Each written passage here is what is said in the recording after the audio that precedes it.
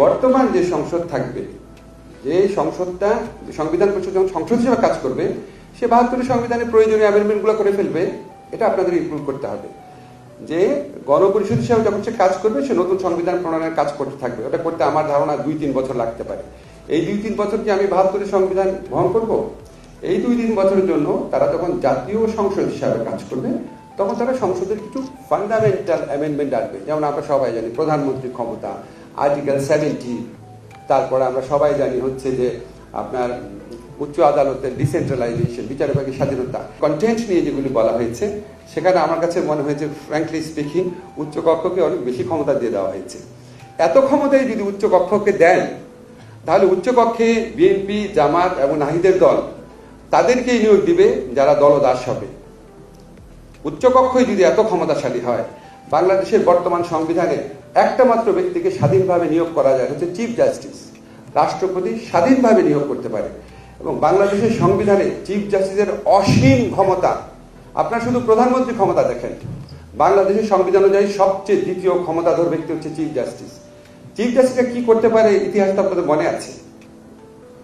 যাই হোক, একজন চিফ জাস্টিসের কারণে আমাদের জুলাই গণঅভ্যুত্থান হয়েছে, ওনার আবার অন্যরকম ভাবে কন্ট্রিবিউশন আছে। তা আমি যে জিনিসটা বলতে চাচ্ছি, চিফ জাস্টিসের যে ক্ষমতা, এই চিফ জাস্টিসের ক্ষমতা আপনার অসীম। প্রধানমন্ত্রীর মেয়াদ যে ২ বছর আপনারা বলেন, এটা খুব জনপ্রিয় দাবি, আমারও দাবি। তা আমি দেখলাম যে কোনো একটা সময় সম্ভবত সালাউদ্দিন ভাই বা বিএনপির একজনই কোথাও বলেছেন, প্রধানমন্ত্রী 2 বছর পৃথিবীর কোন দেশে আছে? আমেরিকার রাষ্ট্রপতির কাছে আছে। তা আপনি প্রধানমন্ত্রী 2 বছর বললেই শুধু হবে না, আপনি যদি কনভিন্সিং আর্গুমেন্ট করতে হবে তো, যে পৃথিবীর আর কোন কোন দেশ আছে সেটা বের করে তারপর দেখেন হয় কিনা। কারণ প্রধানমন্ত্রী 2 বছরের মেয়াদ কিন্তু কোথাও নাই আসলে। আপনি ইন্ডিয়া বলেন, ইউকে বলেন, কোথাও কিন্তু নাই। ফলে আপনাকে যখন বিএনপি বা অন্য যারা বিরোধিতা করতে চাবে যে প্রধানমন্ত্রী 2 বছর মেয়াদ কেন, আপনাকে কিন্তু ইমোশনাল ভাবে বললে হবে না, 2 বছর মেয়াদ করলে হবে। 2 বছর মেয়াদ যদি বাংলাদেশের বর্তমান যে সিস্টেম ছিল, 2 বছর 2টা মেয়াদও যদি রাখেন, আপনারা যেটা করতে চান যে আচ্ছা একনায়কতন্ত্র থেকে মুক্তি চান, 2টা মেয়াদে করেই একনায়কতন্ত্র করা সম্ভব। ধরেন 2 মেয়াদের জন্য সালাউদ্দিন ভাই প্রধানমন্ত্রী হলেন ধরেন, তারপরে 2 মেয়াদে হবে ওনার স্ত্রী, তারপরে 2 মেয়াদে হবে ওনার সন্তান।